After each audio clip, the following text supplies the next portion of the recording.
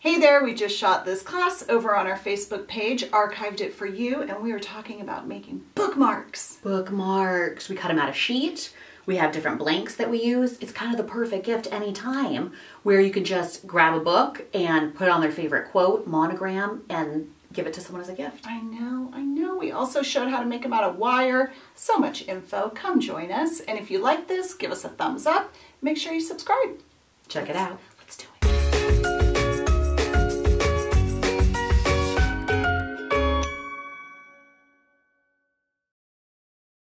Okay, so we just have a bunch of stuff here. This is going to be a pretty quick show because we're not showing a ton, but I decided to stamp on some things. This is one of our mermaid stainless bracelets, and I stamped "Reading is dreaming with eyes open," although I think I got it wrong. I think the saying is "reading is dreaming with open eyes," but that's okay. After I stamped it, I was like, I don't know that that's right. So, you know, like bookmarks, the part that sticks in the book is usually pretty straight, and then there's usually like a bow or something. Yeah. But this, we just decided, why not use chain? I love that. Let me just grab this book. I'll zoom back out. This is what we're reading for my book club this month, but you can see that hanging out from this bookmark. And this is a different one. This is using the 12 gauge aluminum wire. We did a show using that, I don't know, a month or 2 months ago. Mel showed how to hammer different shapes. And whoa, we've been selling a ton of this. So I figured, since you all have your 25-foot sections of this, why not hammer the heck out of it? You know, you can tie a ribbon on or whatever, but I like just having a little dangle, and then on the dangles where you can stamp something. So here we've got "Happiness is a Good Book." That's the pumpkin spice font. I know someone's going to ask. On the bottom, and the top is the 4 or 4.5 mil Kismet. That's cute. I think it's 4.5. Yeah, I think you're right. On the feather, isn't that cute? I love it. You could even put multiple blanks, and you could even add a crystal, too. Yeah. Crystal, I mean, anything would be goes. so cute. Yeah, that would be cute. So this guy is just a bracelet blank that was not made into a bracelet. You know what I like about the mermaid or whale one is even the whale tail could be the part that sticks out. Oh yeah, that's cute. That's super cute. And I just hung a little charm with an S on it for that one. Cute. This one I cut from our 6-inch section. We have 6 by 6 inch pieces of sheet. We have a couple bracelet banks that are, you know, wide like this, but I wanted something super thin. So this is 24 gauge. I would never use it for a bracelet, but it works great for a bookmark. And then let me show them all these guys. People are loving the dangle. Yay! And these are just a couple of our bracelet blanks. Yeah. Copper. The lights are really bright, so I don't know if you can see the copper color on that one. Brass. Aluminum. So this one is really big, but it's aluminum. So it's like super light. It's not going to fall out of the book, which would counteract. I like that you could get a beefy quote on that one. Totally, yeah. And this one, Mel and I were just discussing how John Irving is maybe both of our favorite author. True. So John Irving, keep him coming. I think he's well into his 70s, but keep him coming, man. We love his books. Love it. So that one's a little more traditional looking, but super personalized, right? Super cool. So we thought we would just show hammering flat the aluminum wire to make this one, so that there's something for you guys to see today. And these are just connected with jump rings, nothing fancy. I've got the end of my aluminum wire roll right here, and I thought I'd leave it like this so I can show you guys how I deal with all these bumps.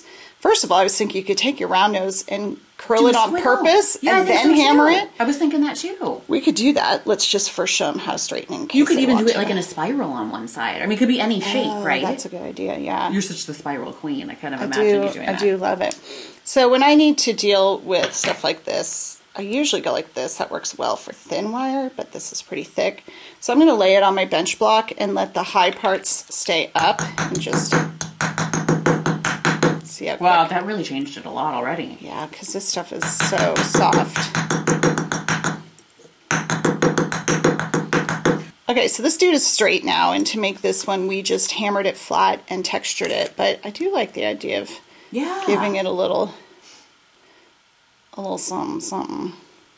Also, if you think about it, if you didn't want to hammer it flat, you could just paddle down the end to put the hole in and just have the blank say something in it. If, you know, that you just wanted that look. Totally. So I would use like my large wrap and taps to get this a little more even, but let's just do something kind of fun and organic like that. So now I'm going to take my chasing hammer and flatten. And again, this is aluminum wire, so it flattens really quick. You could also use sterling, fine silver, copper, brass. Just on some of those, to get a really flat look, you may have to stop to anneal, but you don't anneal aluminum. I'll go all the way to the end. And the thing I like about the aluminum, you know, so many of you guys have that since you bought it from the. I know, that's exactly right. Okay, so I actually want to trim it now that I've done that hammering. I just happen to have my shears here. This is what I use, by the way, to cut this, or a saw. But let's trim it like here. And actually, will you grab me some round nose over there? Let's just get crazy, Mel. Let's just get crazy, and maybe a chain nose. Let's just add something fun over here. The end is a little sharp, so I'm going to give it a nice flesh cut. I have to say, I know this was spontaneous, but I kind of like the squiggle even better. I do too. Because it just and then makes let's it put even a spiral more different, here. right? Yes, yes. I'm just busting out a quick spiral, but on our website we have a class on making spirals. Look at that, cute. Totally. Lori had a point too. I hadn't even thought of this, but she said bookmarks are such a great idea for craft shows. And they are, because you don't have to worry about sizing it or like bringing all the different ring sizes and teacher bracelets. gifts. Great teacher gifts. Especially holiday, right? That's cute, yeah. So this could be the side that pokes out or the other side or whatever. But let's do this. I would paddle this side out like I did here because there's not enough space right now to punch a hole. Right? Right. There we go. You don't want to make it too thin, otherwise it won't hold up. I'm not going to punch a hole. You guys know how to punch a hole. This is about the extent of it, but I do want to show that when you paddle, sometimes it gets like a really weird shape. So I would just come in with a file and even it out. I mean, this guy's kind of pointing that way, but that's sort of part of the design. And on this one, I actually went through and hammered more with the ball peen side, just for more of a fun look. So you could do that all up and down. Now you notice sometimes I'm hitting my bench block. I'm not hitting it very hard, so it's not hurting my bench block, but try to keep it on the piece. Then pop a hole and bam. Any questions coming up? No, Kimberly is saying she loves that you used the scissor shears because she was wondering if that would work, like cutting through. Yeah, this is most of our cutters that we sell. We don't recommend cutting 12 gauge, but this is a different story because it's aluminum. We don't really work with much aluminum wire.